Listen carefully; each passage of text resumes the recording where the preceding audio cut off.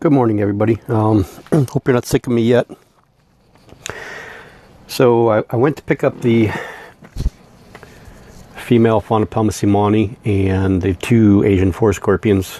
Grabbed some more superworms, both large and medium size, and then some fruit flies, because for some odd reason I made the cultures and they died, all of them. I don't know if I didn't do the mixture right, if I didn't add enough water to it, or what it was, but I'm gonna have to watch some videos because I still have enough to do 4 or 5 cultures, and they only have 2 fruit fly containers left at Petco, and they're both on their last legs, so they probably only got about 7 days left. So I got to figure out how to do the fruit fly culture the right way. But anyway, this is one of those European style enclosures.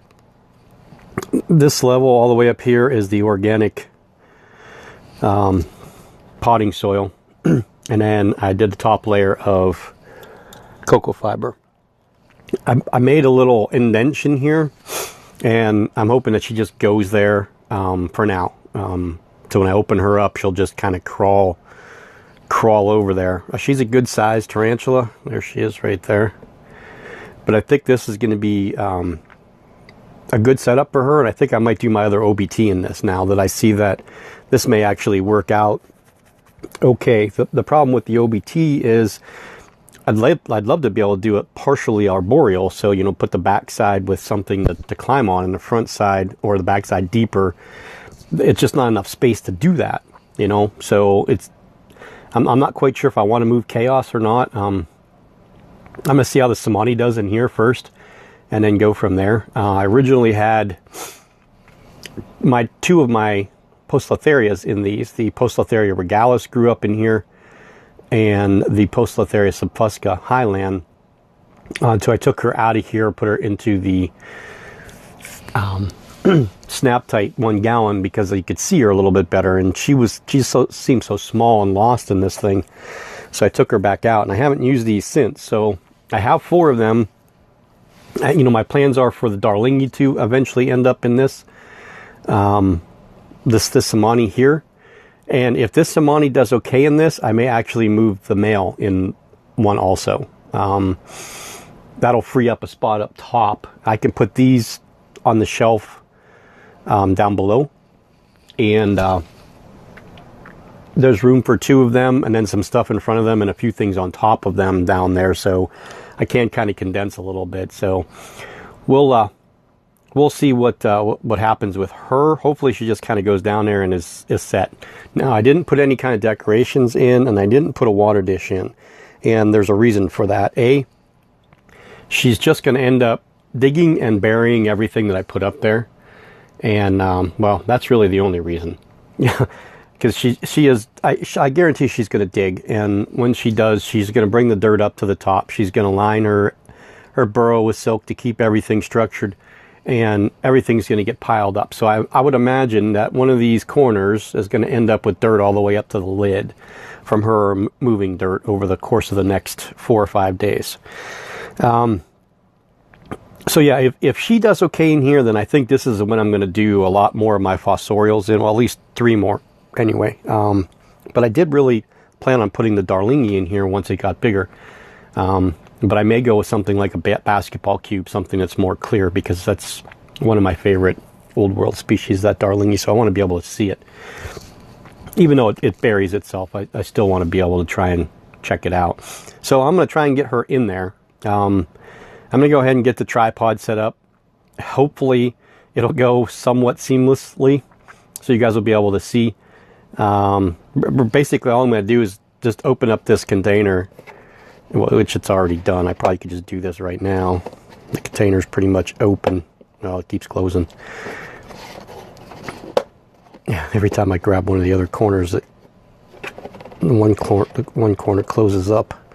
So let me do this with 2 hands, because I can't unsnap these with one. Get her in here, and then we'll take a look at her. Okay, so she's in. That was pretty easy.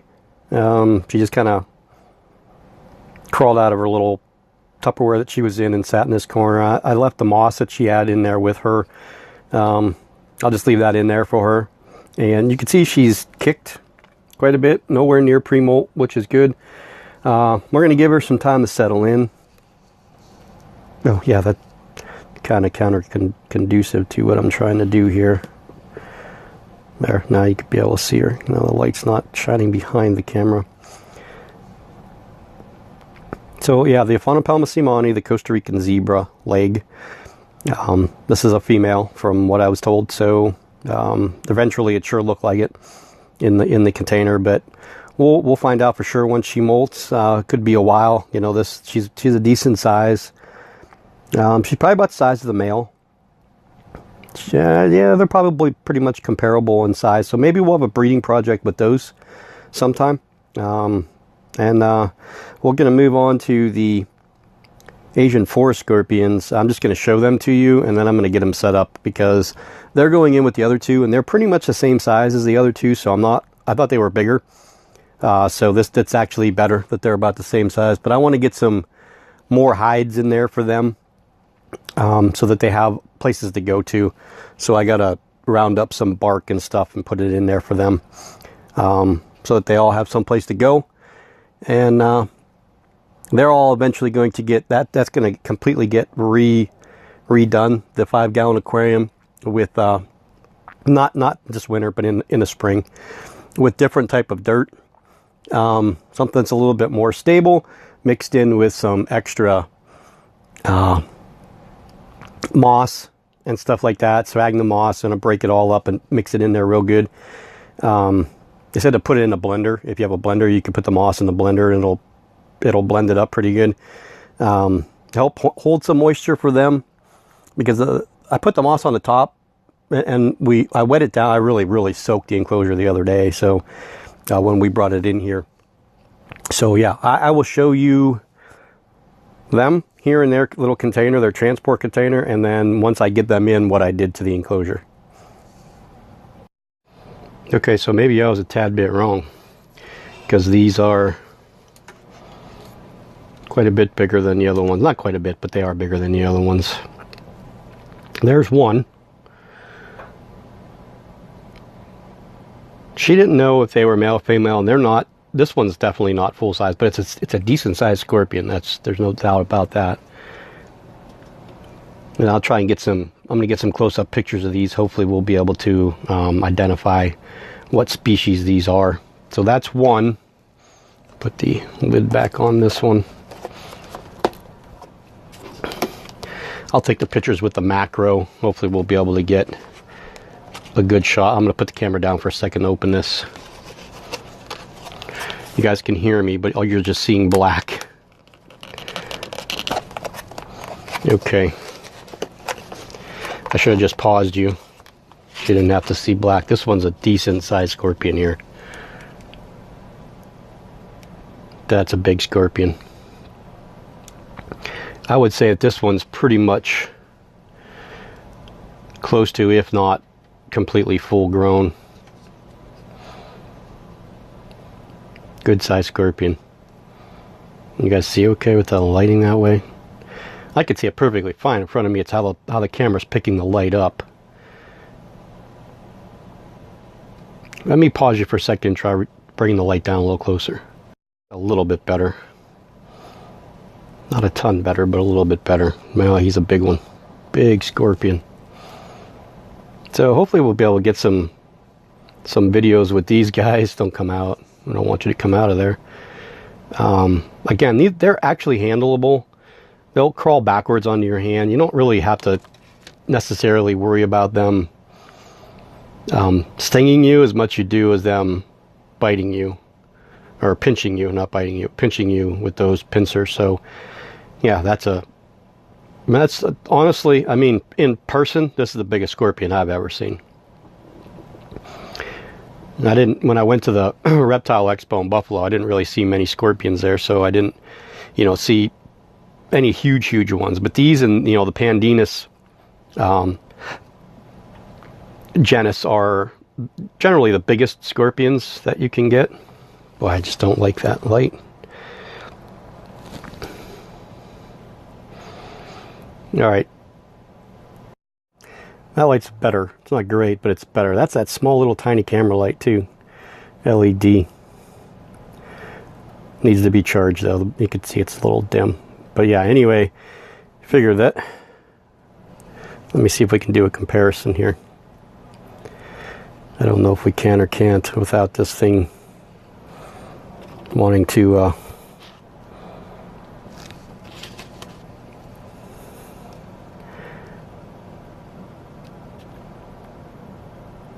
come on, focus. Okay, my hand is next to it. So it's about, with the tail curled up, it's about half, 3/4 of the size of my hand. And I'd say my hand's probably 6 inches, 7 maybe. Never measured my hand before, but so yeah, this is a decent sized dude or girl. Very, very thick. So I don't know. Who knows? We'll get these guys set up, put them in there, and then you guys can look at them again when they're in there. Okay, well, they're in. Sides are really, tank needs to really be wiped down. That's from spraying regular water. Hard water leaves those little water marks all over the side. They do have a heat pad on the side. So I just put that in, the coconut hide, and I just put this in. So that gives them places to hide. They had a couple flat pieces of bark that they were hiding underneath of, the 2 that were in there. There's one of the smaller ones. And you could see comparison-wise how they are. There's one of the, not the big one, that's the big one right there. So we'll see how they do. I think they're going to be fine. Again, I hope they're going to be fine. I probably shouldn't have done this, but we'll see. Right on top of the coconut hide. See if it comes over for water. Be able to see what it does with the other scorpion here.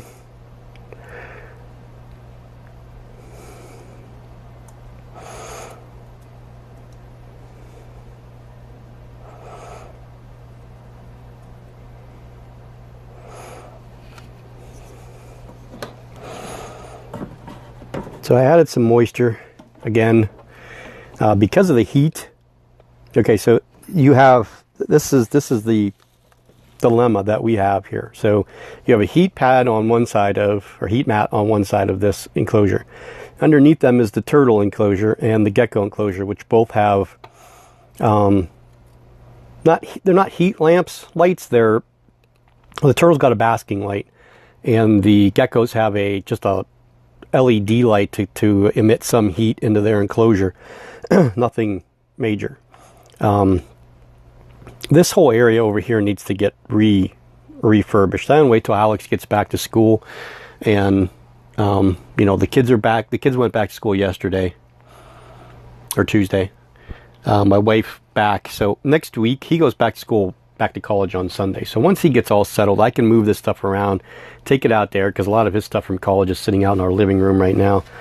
He was going to go home today, or back to Bradford today, but they delayed because of the temperatures. He had to go up there for a gun raffle to raise money for baseball, and they canceled that, so he doesn't have to go back till Sunday, which is kind of nice. So we get him for an extra couple days. Yeah, so that's those guys. Hopefully they're going to be okay. I'll monitor them and see how they interact with each other. The 2 have been kept together, and the other 2 have been kept together. So we're introducing the 4 of them together. And again, we'll see what happens. Hopefully they'll be fine.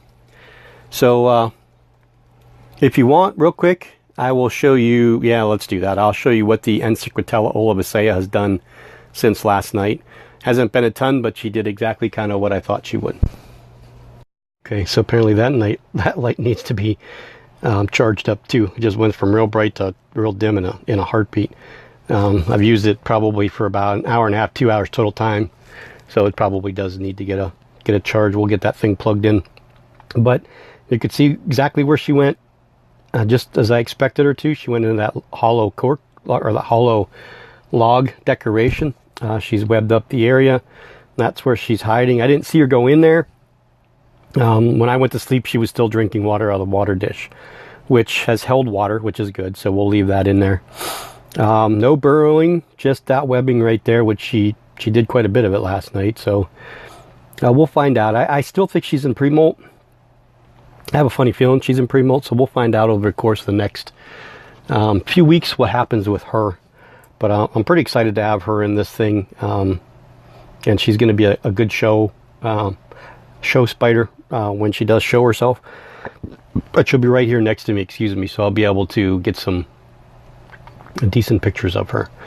So that's going to wrap up the new additions, and this should be it. There should be no new additions for quite a while.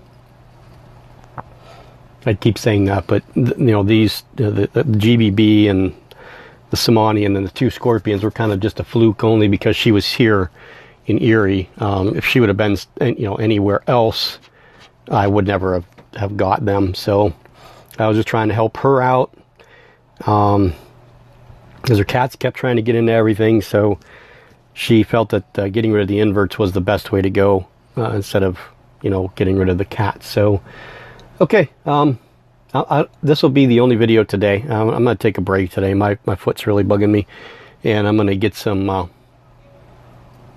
needed rest, because I haven't been sleeping good for a while. So we'll talk to everybody real soon. Hope you enjoyed this. Look forward to updates on everybody in the near future, and have a great day.